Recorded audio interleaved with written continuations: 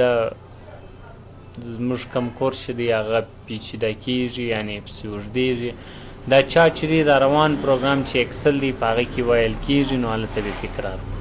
د دې باید دی سکرین شاټ څه مطلب یعنې تصویر اخیستل د دې یو شاته چې د هر شي پر دی اوس ګوره زه دا لاندې اشاره کړم د دې یو شاته اوس ګوره دا سکرین دی نو د دې سکرین څخه دی څه کوي سکرین شاټ اخلي نو رابسې څه به وکړې سکرین شاټ باندې به کلیک کوئ سکرین کلایمبینګ باندې به کلیک کوئ اوس دی ماته وایي په دې کې کومې ایریا کوم ځای سلیکټ شي چې دا تصویر ځینې واخلم زه ورته هم په دې کې فرض کړه دغه ایریا زه سلیکټ کوم نو هغه ایریا ورته سلیکټ کړه صحیح شو هغه ما باندې ایله کړې څنګه کلیک ایله کې ګوره د هغه ځای څخه به یو سکرین شاټ واخیسته کمپیوټر یعنې ورډ ته به یې راولي نو تصویر څه مې نیو هغه تقریبا موږ تاسو پرون فاینل کړه خلاصه کړه اوس بله ځینې شوه چې بل کار به شروع کړي نو دا و د سکرین شاټ کارت چې تاسو څنګه کولی شئ چې یو سکرین شاټ واخلئ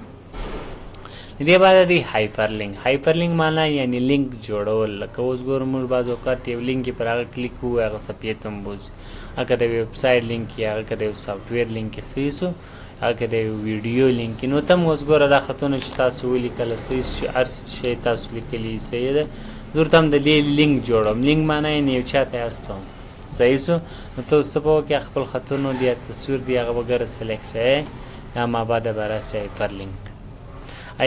چې څه رالم دی وایي دا ته ویب سایټ ته استی ویب سایټ خو نو د انټرنیټ صفحې ته ویل کېږي هغه ته استی نو د هغه ایډرس پکې ولیکه دا به تا لینک کړي یعنې کمپیوټر به دغه سره ډیوایس سره کنیکټ کړي نو دلته اوس پکې ولیکه چې www.hblbank.com یا پلانی صحیح شو نو اوکې به کې نو هغه ویب سایټ ته به ولاړ شي که ته وایې زه پرسنلي یو چا ته ایمیل کوم بیا به راسې پر ایمیل به کلیک وویل ته دا چا ایمیل ولیکه چیز په باره کې دې ورستولی دی نور ډیټیل یې لیکي هغه ډیټیل ولیکه اوکې که نو هغه ته به لینک ولاړ شي که د جیمیل د لارې دې ورستوي یا د ویب سایټ له لارې دې ورستوي نو دا لینک استول کېږي یعنې بیا به دی څنګه کلیک پر ووایي دا تا چې کوم کارونه کړي دي هغه به دی وویني نو دا زموږ ستاسو هایپر لینک کار دې باره راځو بک مارک ته بک مارک څه کار دی بعض اوقات ما یو کتاب جوړ کړی دی صحیح شو نو زه به راسم یو وارې به جوړ کړم پر ځای که په اولې څپه کې ما د وینډوز په باره کې یو شی ولیکي نو ګوره دا ټایټل مو ورکوي صحیح شو هم د وینډوز په باره کې یو شی لیکم صحیح شو زه به دا ټایټل لږ څه واضح کړم ګوره سلیکټ مو کې رالم او مینیو ته په دې کې هم دا جوړ شوی ډیزاین پر ځای که ورکړي ته چې هر ډیزاین ورکوې نو د هغه ما بعد رالم ما د وینډوز په باره کې دا خبرې ولیکي چې وینډوز څه ته وایي پلان بیا دغه رقم رالم کنټرول انټر مو بلې صفحې ته رالم بلې صفحې کې بیا فرض که د ورډ پیټ په باره کې یو شی ولیکئ صحیح شو نو بیا د ټایټل لږ څه واضح کړم صحیح شو لاینې به راشوسم بل کار وکړو شروع کړم دا چې دې ولیکئ بیا به دغه رقم کنټرول انټر ووایي بلې صفحې ته به راځي بلې صفحې کې زه څه لیکم پر ځای که زه ورته هم د اکسل په باره کې یو شی لیکم صحیح شو نو دا کتاب تا جوړ کړی دی صحیح شو 100 صفحې دی 1000 صفحې دی 10 صفحې دی هغه کتاب ډیپینډ په تا پسې لري ټیک شو نو اوس دا کتاب ما جوړ کړی دی